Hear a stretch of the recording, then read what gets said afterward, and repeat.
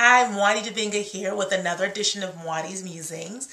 This is my weekly video blog where I just share what's on my mind. And these days, what's on my mind are the things that are related to our capacity as human beings to come up higher and to reach our potential and to create more love and peace in this world. That's what's on my mind these days, and that's what this space is for. Today I am wanting to talk about the idea of maintaining your flow in the midst of crisis and chaos. You know, it's very easy to be loving and kind and happy when the people around you and the circumstances around you seem to be going your way.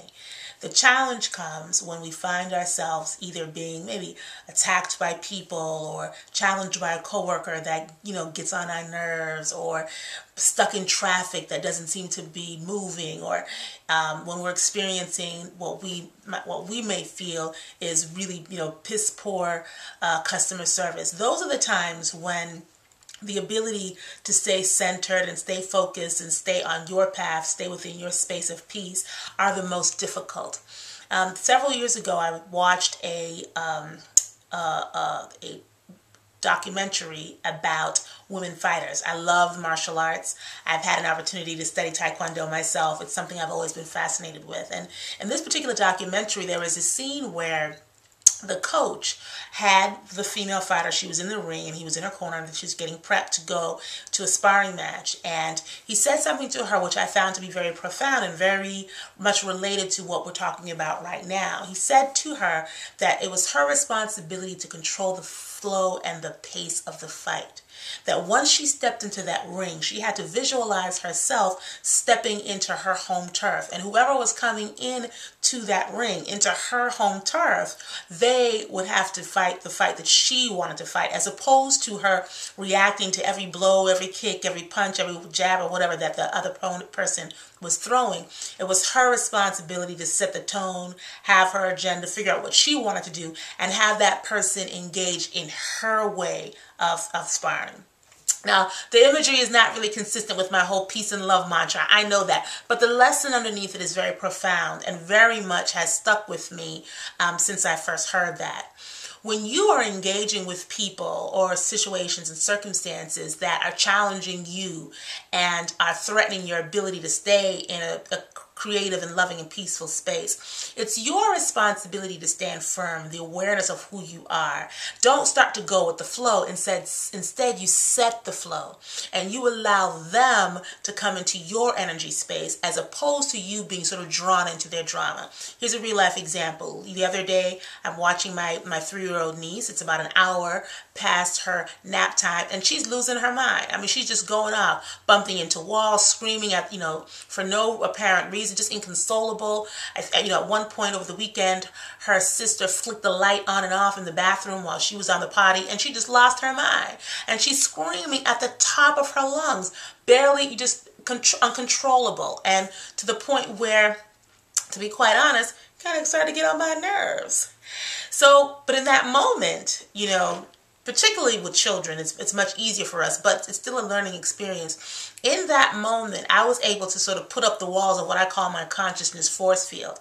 And my consciousness force field allows me to stay steadfast in who I am without being drawn into the vortex of anger, frustration, or bad energy that anybody else may be throwing in my direction. So with my niece going off and screaming, I was able to just take a breath, look at her, understand I know what's going on, I can see what's going on, and stay calm. And in my ability to stay calm, I was able to finally console her, finally able to put her to bed, and all was well. And I was able to still engage with her with all the love and all the patience and all the nurturing feelings that I've always had for her.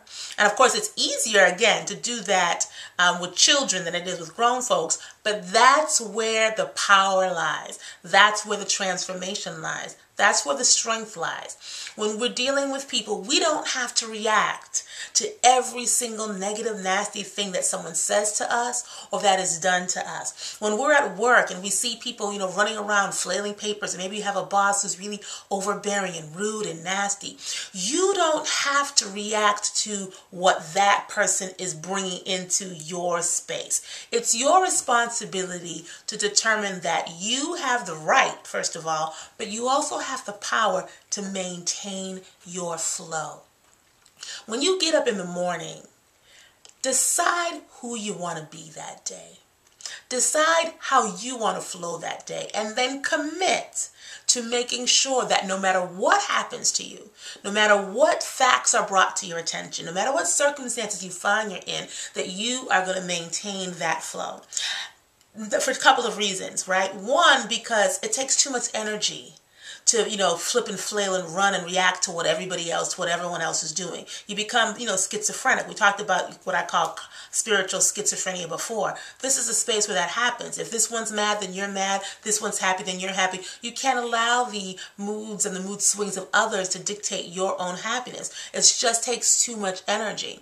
And secondly, when you remain calm, you stay in a state of resourcefulness. So that if you're in the midst of chaos and you're allowing yourself to activate your consciousness force field and stay peaceful, you're more readily available to people to be of service to them.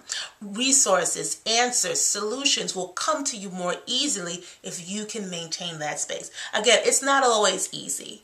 I continue to struggle with that to this day. It's a very hard thing to do. But I have found that in those times when I've been most challenged, and in those times when I have felt myself, my anger rising or my frustration rising, and then I was able to stop it, put up my force field, draw in my breath, and bring myself back down to a more equal, peaceful space, I have had the best results. So this week, just for this week, practice staying in your flow. When you get up the next day, the next morning, whether it's tomorrow, after watching this video, the next time you wake up, set an intention. What is my energy going to be today? What is my flow going to be today? And anytime you feel yourself, or you're presented with an opportunity, I should say, to go off your flow, pull yourself back. Take a breath. Remind yourself of the commitment that you made to yourself to stay in a state of peace. Ultimately, you're responsible for your energy. Ultimately, you are responsible for creating the pace and the flow of your own life. Nobody else has that power over you unless you give it to them. Maintain your peace of mind, maintain your state of consciousness, maintain your state of awareness, and maintain your peace. Life will be so much easier for you and those around you if you're able to accomplish that. I hope you have a fabulous week. I hope that life has a lot of delicious little surprises for you that make it exciting.